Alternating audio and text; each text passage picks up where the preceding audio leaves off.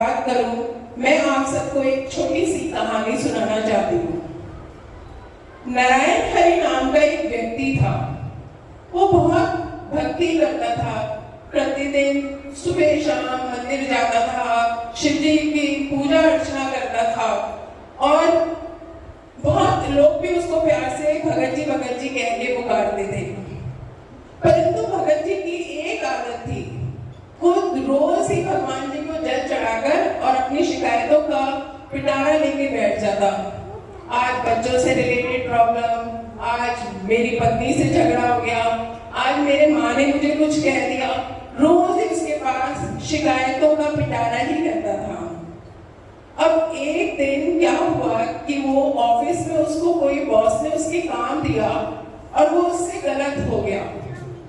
तो उसका जो बॉस था उसको बहुत गुस्सा आया और उसको नौकरी से ही निकाल दिया। अब तो उसका रोना धोना चालू। उसको तो बस लगा कि अब तो मेरे ऊपर तो मुसीबतों का पहाड़ टूट गया। रोता रोता भगवान के पास पहुंचा, मुझे नहीं पता प्रभु, आज तो आपको आना ही होगा, आज तो मेरी समस्याओं का हल आपको करना ही होगा। भगवान ने सहयोग वर्ष की बात है कि भगवान ने भी उसकी बात सुन ली। भगवान भक्तों की बात तो सुनते ही है, तो उन्होंने भी उसकी बात सुन ली और रात को उसके सपने में आए। सपनों में भगवान को देखकर उसने फिर से रोना धोना शुरू करा। प्रभु मेरे पास तो रोज ही शिकायतें हैं, रोज ही मेरे साथ कुछ ना कुछ होता रहता है, तुम कुछ करते क्यों नहीं? मैं इतनी पूजा पाठ करता हूँ, करते क्यों नहीं? प्रभु उनसे कहते हैं कि मैं जब किसी को चैलेंज देता हूँ, किसी को कोई समस्या देता हूँ, तो मैं समाधान के साथ चल देता हूँ। तेरा ध्यान शिकायतों की तरफ, समस्याओं की तरफ क्यों जाता है? तेरा ध्यान समाधान की ओर क्यों नहीं जाता? अगर तू समाधान की ओर ध्यान दे तो तेरी शिकायतें तो अपने आप ही दूर हो जाए। परंतु उसको तो कुछ समझ आ नहीं रही थी। नहीं प्रभु, मुझे नहीं पता, आज तो आपको मेरी समस्या का हल करना ही है। तो ठीक है, भगवान ने सोचा कि इसको ऐसे तो समझ आएगी नहीं। भगवान ने कहा ठीक है, ऐसा कर, जब तो सुबह उठे, नहाए धोए, नहा धोकर वो बरगद का पेड़ है ना तेरे घर के सामने, वहां पर अपनी शिकायतों की सारी पोटली बांधकर और वहां पर टांगा ना। वो बड़ा खुश, अच्छा प्रभु, ऐसा करने से मेरी सारी समस्याएं दूर हो जाएगी? उसने कहा हाँ बिल्कुल ठीक है, मैं करूंगा। लेकिन भगवान ने कहा एक शर्त है, जब तू अपनी पोटली वहां पे बांध के आएगा तो तुझे साथ में वहां से कोई एक पोटली तो लानी पड़ेगी, क्योंकि संसार का नियम है सुख के साथ दुख और समस्याएं कोई ना कोई चले से हमारे जीवन में डे बाय डे आते ही हैं। तो उसने कहा ठीक है, कोई बात नहीं। उसने सोचा मेरे पास तो बहुत सारी है, मैं कोई छोटी सी उठा लाऊंगा।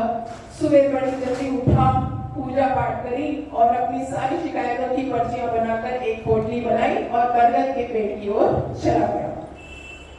वहां पर उसने अपनी पोटली बांधी और उसको याद आया भगवान ने कहा था कि भाई देखो वहां से एक पोटली और लेकर आनी है। तो उसने एक पोटली की तरफ हाथ बढ़ाया, छोटी सी पोटली ले जाऊंगा। एकदम से उसके माइंड में स्ट्राइक हुआ, अरे कहीं इसमें ये लिखा हो कि देखो कैंसर जैसी घातक बीमारी हो जाएगी। अरे नहीं, ये वाली पोटली तो मैं नहीं उठाऊंगा। फिर उसने अपना हाथ दूसरी पोटली की ओर बढ़ाया, तो वहां पर उसके माइंड में फिर से स्ट्राइक हुआ, अरे कहीं ऐसा लिखा उसमें कि तेरी पत्नी को कोई जानलेवा बीमारी हो सकती है। नहीं भाई नहीं, ये पोटली मैं नहीं उठा सकता। फिर उसने अपना हाथ तीसरी पोटली की तरफ उठाया। फिर दोबारा उसके माइंड में स्ट्राइक हुआ कि कहीं मेरे बच्चों से रिलेटेड इसमें कोई प्रॉब्लम तो नहीं, तो ऐसी कोई बीमारी बच्चों को लेकर हो? नहीं, इनको तो मैं जानता ही, मैं इन शिकायतों को तो अपने साथ नहीं लेके जाऊंगा, इन समस्याओं को मैं अपने साथ नहीं लेके जाऊंगा।